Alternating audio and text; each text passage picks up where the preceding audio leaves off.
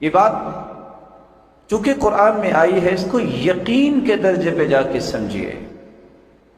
مصیبتیں، بیماریاں، غم اور دکھ آتے کیوں ہیں؟ اس کی بنیادی طور پہ 3 وجہ ہیں۔ مت کہیے فلاں کی وجہ سے، فلاں کی وجہ سے، فلاں نے یوں کیا، فلاں نے یوں کیا، نہیں۔ قرآن مجید نے اس کے 3 سبب بیان کیے ہیں، اس کو سمجھیے۔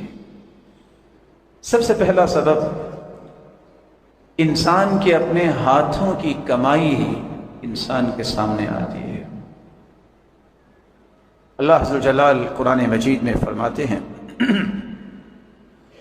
وَمَا أَصَابَكُم مِّن مُّصِيبَةٍ فَبِمَا كَسَبَتْ أَيْدِيكُمْ وَيَعْفُو عَن كَثِيرٍ۔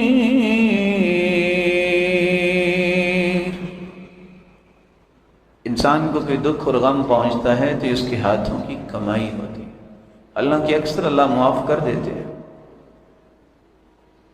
اور حدیث کے الفاظ ہیں لَن يَهْلِكَ النَّاسِ حَتَّى يُعْذَرُوا مِنْ أَنفُسِهِمْ، لوگ اس وقت تک ہلاکت کا سامنا نہیں کرتے جب تک ان پر عذر پورا نہ ہو جائے، یا وہ اپنے لیے خود عذر نہ تلاش کرنے لگ جائیں۔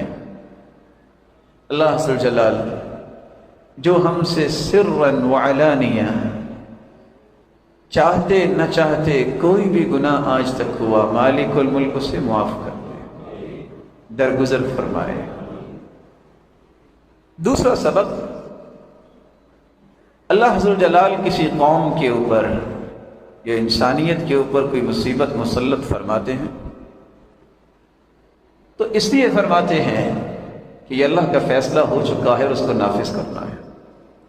قرآن مجید میں اللہ عز و جلال نے اس فیصلے کا تذکرہ کیا ہے ما اصاب من مصیبت الا باذن اللہ ومن یؤمن باللہ یہد قلبہ واللہ بکل شیء علیم۔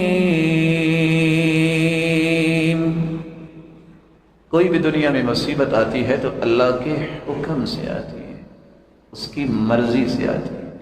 اور آتی کیوں ہے؟ کیا اللہ عز و جلال اس حکم کے ساتھ چاہتے ہیں؟ وہ چاہتے یہ ہیں کہ چھوٹی چھوٹی بیماریاں، مصیبتیں اور دکھ اس کی وجہ سے اپنے پیاروں کی زندگی کے سارے گناہوں کو صاف کر دیں۔ ما يصيب المسلم من نصب ولا وصب ولا هم ولا حزن ولا غم حتى الشوكة يشاكها إلا كفر الله بها من خطاياه۔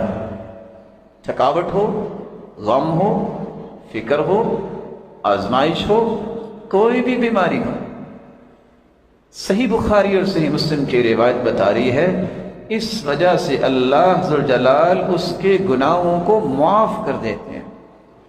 بلکہ حدیث کے الفاظ ہیں اگر وہ صحت مند ہو جائے، جب پہلا قدم زمین پہ رکھتا ہے ما علیہ خطیئہ، اس پہ کوئی گناہ باقی نہیں رہتا۔ اور دوسری روایت کے الفاظ ہیں کہ یوم ولدتہ امہ، اللہ ذو الجلال اسے گناہوں سے اس طرح پاک صاف کر دیتے ہیں جیسے آج ہی اس کی والدہ نے اس کو جنا ہے اور نو مولود بچے پہ کوئی گناہ نہیں ہوتا۔ تیسرا سبب جو اللہ عز و جلال نے قرآن مجید میں بیان کیا ہے ما اصاب من مصیبت فی الارض ولا فی انفسکم إلا في كتاب من قبل أن نبرأها إن ذلك على الله يسير۔ 50,000 سال کائنات کی تخلیق سے پہلے اللہ نے لکھ دیا ہے۔ یہ فلاں فلاں پہ مصیبت اور دکھ میں ڈالوں گا، کیوں؟ اس لیے حدیث نے اس کی وضاحت کر دی ہے۔ وجہ کیا ہے؟ ان الرجل ليكون له عند الله المنزلة فما يبلغها العمل فما يزال الله يبتليه بما يكره حتى يبلغه إياها۔ اللہ نے اپنے بندے کا درجہ جنت میں بہت بلند لکھ دیا ہے، لیکن اس کے اعمال اس درجے تک پہنچنے کے لیے کافی نہیں ہو رہے۔ تو اللہ یہ چھوٹی چھوٹی مصیبتیں اور بیماریاں اور دکھ دے کے اللہ اپنے اس پیارے بندے کو جنت کے اس اعلیٰ درجے تک پہنچانا چاہتا۔ اللہ مالک الملک ہم سب کو معاف فرمائے، ہماری غلطیوں کوتاہیوں کو معاف فرمائے، اور ہم کمزور لوگ ہیں، وہ بغیر کسی آزمائش میں ڈالے بھی تو معاف کر سکتا ہے، اس نے کسی سے مشورہ تو نہیں کرنا، وہ تو مختار کل ہے، اسی کے فیصلے نافذ ہوتے ہیں۔